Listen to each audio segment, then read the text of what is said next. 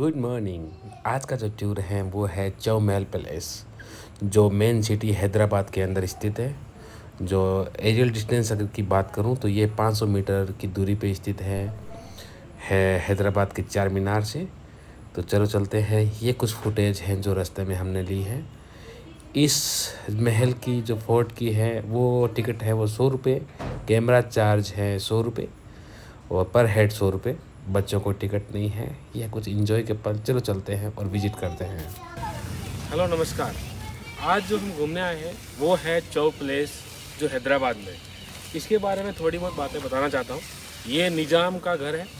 पहले निज़ाम से लेकर लास्ट निज़ाम तक सब इसके जगह पे रहे हैं। तो इसमें जो अभी आप देख रहे हैं वो सब कमरे जिसमें जो गेस्ट आते थे उनको रुकने की जगह था। सामने है मेन एंट्रेंस जहाँ पर आप देख रहे हैं। दोनों साइड में जो कमरे हैं वो ऐसे कमरे हैं। इस साइड में भी है और दूसरी साइड। तो यह है चौ पैलेस। तो चौ पैलेस में यह है एक पहला पैलेस।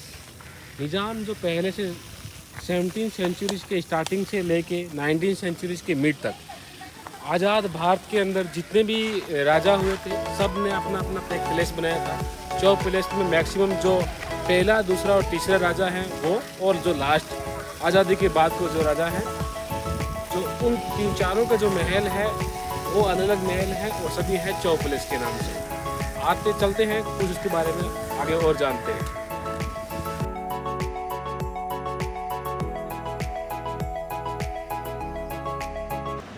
तो अभी जो हम आए हैं वो है राजा का दरबार।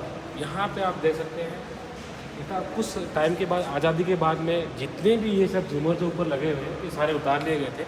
और कुछ समय के बाद जैसे ये हेरिटेज घोषित किया, उसके बाद में जैसे गवर्नमेंट के कंट्रोल में आया, उसके बाद में गवर्नमेंट ने अभी इस्टेब्लिशमेंट किया है। तो ये जो आप दरबार हैं ये वर्ल्ड का सबसे सुंदर दरबारों में से एक में इसकी काउंटिंग होती है। आप इनकी देख सकते हैं वो काफ़ी ऊपर तक है, काफ़ी महंगे हैं। और इसकी जो इंटीरियर है बहुत ही खूबसूरत है, बहुत ही शानदार तरीके से दिखते हैं। और एक अच्छा खासा स्पेस था। और जो मेन जगह आप देख रहे हैं वहाँ पे राजा आके बैठते थे। तो उनके खास जो उनके कैबिनेट के जो मिनिस्टर्स वगैरह जो होते थे वो साइड के अंदर बैठते थे। उसके लिए यहाँ पे चेयर्स लगी होती थी और उनकी सभाएँ यहाँ होती थी। तो ये जो निज़ाम का था ये मेन दरबार के रूप में यूज हुआ है। ये एक्चुअली में 18 सेंचुरीज़ के स्टार्टिंग के अंदर इसका निर्माण हुआ है। आप देख सकते हैं इसका इंटीरियर काफ़ी खूबसूरत है, काफ़ी महंगा, और वर्ल्ड के सबसे सुंदर दरबारों में से इनकी काउंटिंग होती है।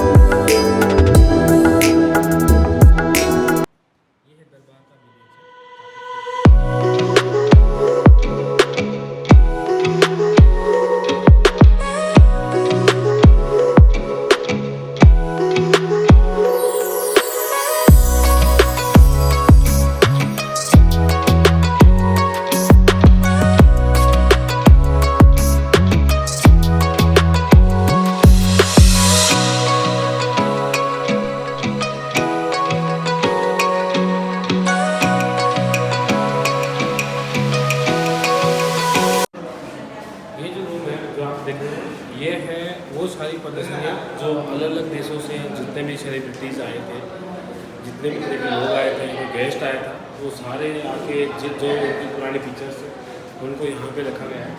इसमें सारे कितने स्पोर्ट्स इवेंट्स थे, क्या क्या हेरिटेज है, जो भी चीज़ें व्यवसाय हैं या फॉरेन डिग्रीज आए हैं, तो जितने भी जब भी आए थे तो मोस्टली जो है ये 18 सेंचुरीज़ की बात की पिक्चर्स है जो आप देख सकते हैं।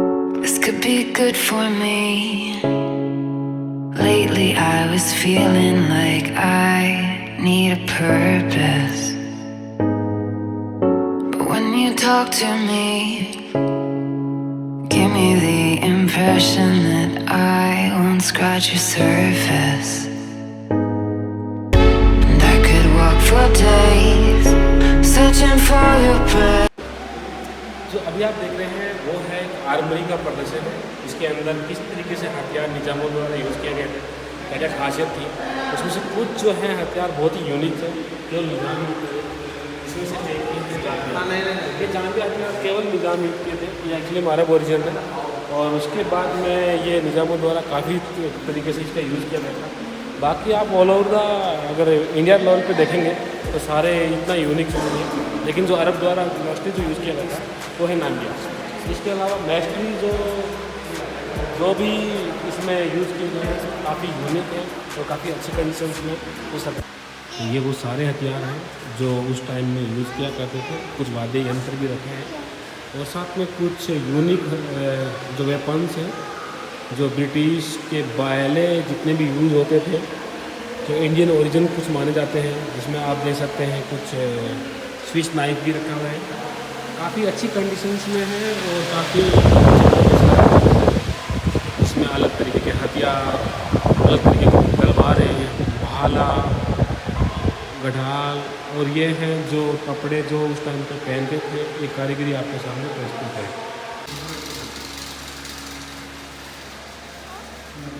ये जो नेक्स्ट रूम है उसमें कुछ आपको लिविंग आर्टिकल्स, घर के अंदर के सामान की कुछ तस्वीरें हैं जो आप देख सकते हैं। और बाहर की साइड में आप देखेंगे तो ये है दरबार। ये निज़ाम के घर में रहने के लिए लिविंग रूम की कुछ कपड़े वगैरह, कुछ पुरानी तस्वीर जो गिफ्ट आए थे, देख के लगता है कि कुछ यूरोपियन कंट्री से गिफ्ट मिला होगा। और कुछ लिविंग रूम के कुछ आर्टिकल्स हैं और कपड़े काफ़ी अच्छी कंडीशंस में आप देख सकते हैं।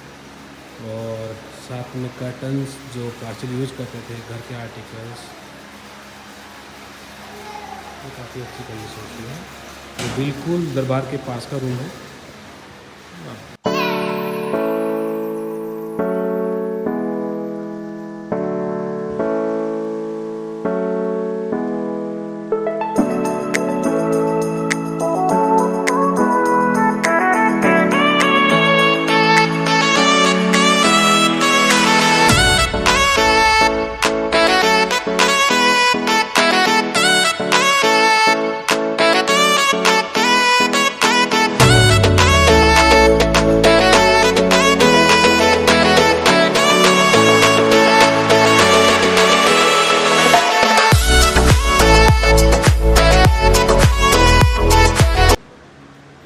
गैलरी जो हेड एंड साइड के अंदर है चाउ प्लेस के जो दरबार है उसके मेरे पे। और इसमें आप देख सकते हैं काफ़ी अच्छी अच्छी पेंटिंग्स हैं जो दिखाई गई हैं और सारी डिस्प्ले की भी हैं। और ऐसा लग रहा है कि ये एक राजा महाराजा की गैलरी के लिए यूज़ करते थे। और जो मेनली जो है सारी पेंटिंग्स वो निज़ाम और उनके परिवारों की है। ये जो आप पेंटिंग देख रहे हैं काफ़ी अच्छी और फेमस पेंटिंग है। वो ये दर्शाती है कि जो निज़ाम थे उन्होंने 30 शेर एक साथ मारे थे, तो उसके बाद 30 मार खां जो नाम दिया था और इसी निज़ाम की बेसिस पे था। उसमें 30 शेरों को मार के उसके ऊपर बैठे थे, जो एक उपाधि 30 मार खां की दी जाती थी निज़ामों के टाइम में। उसी पेंटिंग का एक पार्ट के रूप में आप देख सकते हैं। सबसे अच्छा और सबसे महत्वपूर्ण जो पार्ट है इस महल का वो आप देख सकते हैं। इस सारी जो कोकरी आप देखेंगे जो यूरोपियन मेड है और ब्रिटिश मेड्स में मैक्सिमम है। हाँ आप देखो तो बेटा, ये ना बर्तन है ये बर्तन। तो जैसा कि मैं बता रहा था ये सारी जो गैलरी हैं उसमें मैक्सिमम वो सारे आइटम्स हैं जो ब्रिटिश या यूरोपियन कंट्रीज़ ने राजा महाराजाओं के रॉयल फैमिलीज़ को गिफ्ट किए थे। उसमें आप देखेंगे made in Japan, made in Britain, और सारे वो तो रॉयल फैमिलीज़ के लिए बहुत ही एक्सपेंसिव और उनके गेस्टों के लिए यूज़ करते थे। ये जो देख रहे हैं आप मेड इन जापान है। इसके अलावा इस पार्ट में आपको दिखा था देख रहे हैं वो एक बहुत ही प्यारा जो है और बहुत ही अच्छी क्वालिटीज़ के बहुत ही अच्छे अलग अलग तरीके से बहुत एक्सपेंसिव जो क्रॉकरी बोल सकते हैं वो यहाँ पे लगा के रखी है।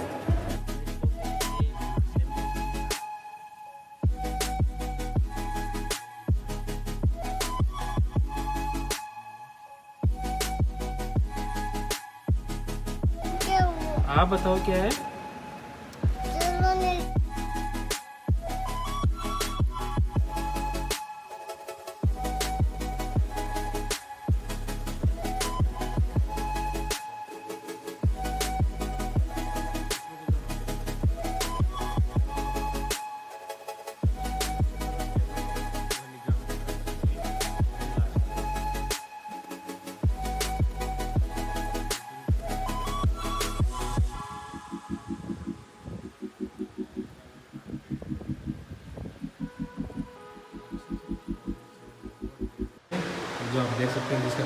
काफ़ी चर्चित है वो है आसिफ जहाँ सेकंड एंड आसिफ जहाँ थर्ड, जिसने इस महल का निर्माण कराया था और इस महल के बारे में बनाया था।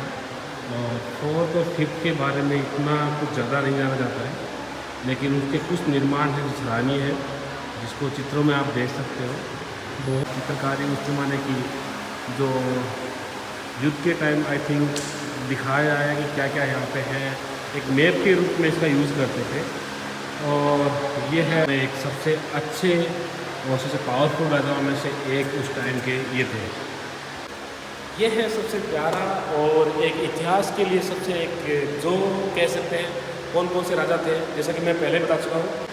आसिफ जहाँ फर्स्ट, सेकंड और थर्ड, और जो लास्ट जो राजा था जो जिससे ब्रिटिश इंडिया के बाद में जो आज़ादी मिली थी, उसको एक सिनेमेटिक व्यू की तरीके से एक गैलरी के रूप में इसमें दिखाया गया है, जिसमें आप देख सकते हो कि किस राजा ने क्या काम कराया था और उस ज़माने की जिस टाइम निज़ाम के टाइम कौन कौन सी जगह थे, जिसमें जो मेन जो थे हैदराबाद डिस्ट्रिक्ट, जिसमें आधा औरंगाबाद जो कि महाराष्ट्र में पड़ता है, कुछ पार्ट कर्नाटका का है और कुछ पार्ट जो आंध्र प्रदेश है जो तेलंगाना था, जो 80,000 वर्ग किलोमीटर के अंदर फैला हुआ था। और जो आज के ज़माने के अंदर पूरा इटली या आप बोल सकते हैं कि ग्रेट ब्रिटेन का 40% या 50% पार्ट पे कब्जा था। और एक अच्छा सबसे रिचेस्ट राजाओं में से एक जो थे वो निज़ाम थे, जो टाइम्स ऑफ 1937 के अंदर जो यहाँ के निज़ाम थे उनको वर्ल्ड का रिचेस्ट मैन के रूप में भी दिखाया गया। के अंदर उसको निज़ाम के टाइम के अंदर इंडियन जो वर्जन है उसको जापानीज़ के अंदर ट्रांसलेशन किया गया था। वो हैंड रिटन कुरान आपके सामने वहाँ पे दिख सकती है।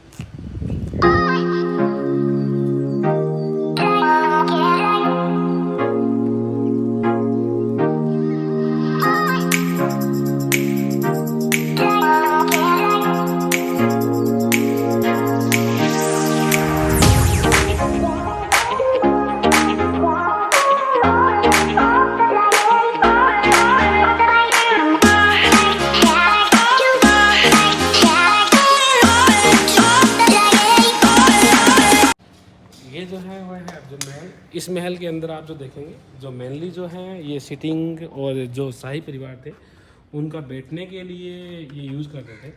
और ऐसा बताया जाता है कि जब निज़ाम जब 1950 के अंदर जब इंडिया के साथ में विलय हुआ था, तो जो पंडित जवाहरलाल नेहरू थे उन्होंने यहीं बैठ के जो मीटिंग की थी, उसके बाद में उन्होंने बताया था कि जो भी उनके पास एग्रीमेंट्स हुए थे वो यहीं पे आके हुआ था। तो एक बहुत ही फेमस और एक बहुत ही हिस्टोरिक प्लेस है। और इसमें जो आप मेनली देखेंगे वो सारे शाही ख़ानदान के जो बैठने के और उसके साथ में जो मेन मीटिंग्स होती हैं, जो पर्सनल मीटिंग्स तो बोल सकते हैं, या कोई रॉयल फैमिली अगर कोई बाहर से आ रही थी तो उस ज़माने की बोलने के लिए जो सबसे ज़्यादा जो इंट्रैक्शन का जो पार्ट रहता था वो यही महल था।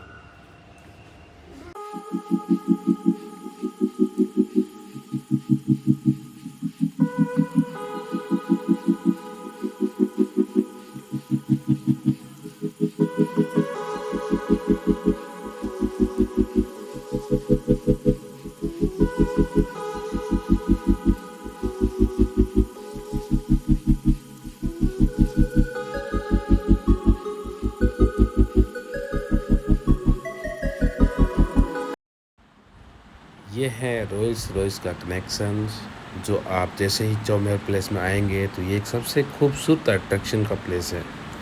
बहुत ही प्यारी प्यारी कार्स हैं। ऐसा माना जाता है कि कुछ कारें तो ऐसी हैं जो केवल इंडिया में ही हैं, मतलब एकमात्र कार हैं रोल्स रॉयस की। और उसके अंदर आप देख सकते हो निज़ाम की जो स्टाम्प हैं, जो उनके सिंबल्स हैं वो भी लगे हुए हैं। तो एक बहुत ही यूनिक और प्यारा कलेक्शन अगर आप देखेंगे तो कार्स का, वो आपको यहाँ पर दिखेगा। तो सबसे जो मेरी फेवरेट है, जो मुझे सबसे ज़्यादा अच्छी लगी, वो है ये ब्लैक कलर की कार। बहुत ही अच्छी, बहुत ही सुंदर कार है। अगर आप आते हैं तो सबसे मेन अट्रैक्शन का पॉइंट है वो ये भी रह सकता है, ये श्योर हूँ। कुछ यूज़ की हैं बहुत ज़्यादा, कुछ तो ऐसा माना जाता है कि 500 किलोमीटर से ज़्यादा चली ही नहीं है। और ये कुछ दूसरी वाली कारें हैं जो आप देख सकते हैं, बहुत ही सुंदर हैं और बहुत ही अच्छे से मेंटेन्ड है। तो देखते रहिए।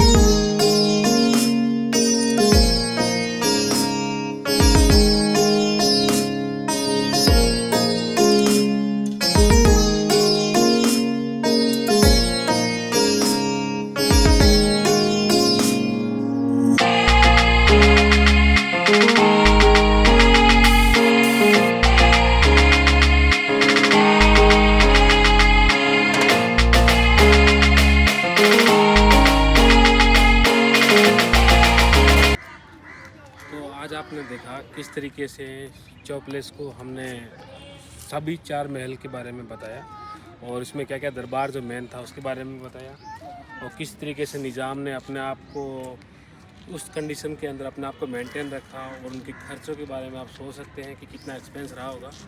और लास्ट में क्लोजअप करने से पहले मैं बोलना चाहता हूँ, ये है घंटाघर जो लगभग 250 साल पुराना है लेकिन आज भी उसी कंडीशन में वर्किंग है। और साथ में ये बताना चाहता हूँ कि अपने आप को मेंटेन करना और उस ज़माने के अंदर निज़ामों के लिए कठिन कार्य था। ये उज़्बेकिस्तान से आए थे और उसके बाद में अपने आप को मेंटेन रखा और सारे तरीके से उसका एक्सपेंस के बारे में मैंने बताया, उनके लाइफ स्टाइल के बारे में बताया, कैसे वो रणनीतिकार बनाते थे, किस तरीके से कौन लोग कहाँ रहते थे, इसके बारे में बताया। जो मेन उनका इनकम का सोर्स था, जो इनकम का सोर्स था वो था गोलकुंडा फोर्ट की जो माइंस हैं वो प्लस कोलार माइंस। तो थैंक यू सो मच। आज के लोग इसी के साथ ख़त्म करते हैं।